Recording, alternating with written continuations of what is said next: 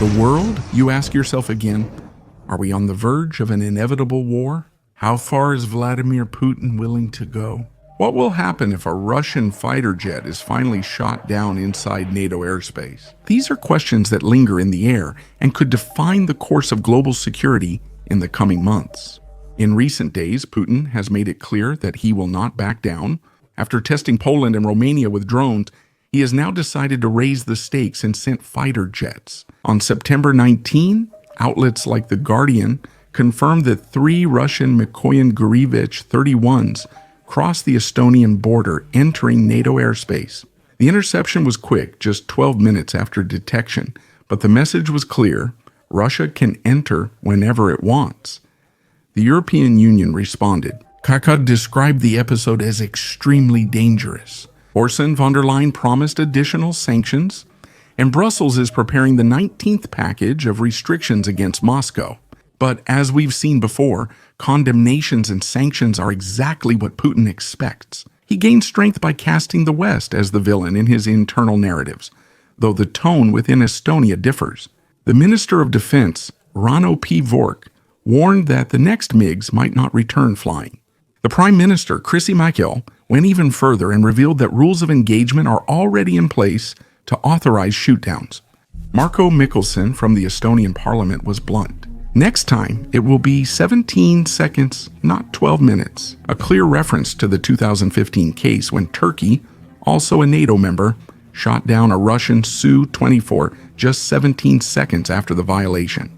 This precedent is vital. At the time, Moscow promised serious consequences, but the response was limited. The deployment of S-400 systems breaking of contracts, and months later, an apology from Turkey was enough to end the crisis. This shows that Russian rhetoric does not always translate into equivalent military actions. But the context in 2025 is different. Russia is involved in a prolonged war in Ukraine.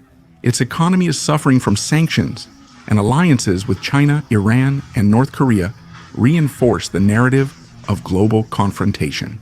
Estonia's Foreign Minister, Maju Šekner, questioned in the United Nations Security Council how a permanent member can so blatantly violate principles of sovereignty and still maintain a privileged seat in the highest body of global diplomacy. The Russian response was predictable: deny everything. The Ministry of Defense stated that the MiGs followed the agreed route and that there was no violation, a weak justification that NATO quickly refuted. But it's not just Estonia that's calling for action. The Czech Republic, through the voice of Peter Pavel, stated that Russia will act as much as we allow it. For him, the policy of appeasement has failed, and the only language Putin understands is that of force. This speech resonates with the recent violations. Poland reported drones in its airspace on September 10th, and days later, Romania was also targeted. In less than 2 weeks, 3 NATO member countries were tested, a pattern that cannot be ignored. The situation is clear. Russia is pushing the limits to test Western patience, and each incursion brings the risk of real escalation closer. NATO's Article 4 has already been invoked twice in weeks, one step before Article 5, which calls for a collective military response. The line between interception and direct confrontation has never been so thin. And what would happen if a Russian fighter jet were actually shot down? Experts predict 2 options. Moscow reacts militarily, dragging NATO into an open war, or maintains the 2015 pattern, relying on tough rhetoric, but avoiding a conflict it knows it can't win. Now, in both cases, instability increases, and the world moves closer to an unprecedented confrontation since the Cold War. Finally, the United States takes a stand. Donald Trump, when questioned on September 21, was direct. Yes, I would help.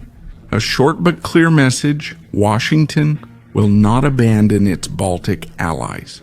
For Putin, this represents a very tough geopolitical blow. He spent years trying to divide the United States from Europe, but in 2025, that division seems increasingly unlikely in the face of his provocations.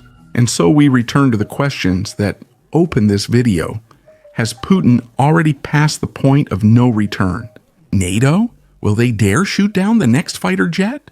And if that happens, we will be facing the spark of a world war. Well, if you haven't subscribed to the channel yet, subscribe, activate the notification bell, and stay up to date with all the information about the global geopolitical world. See you next time.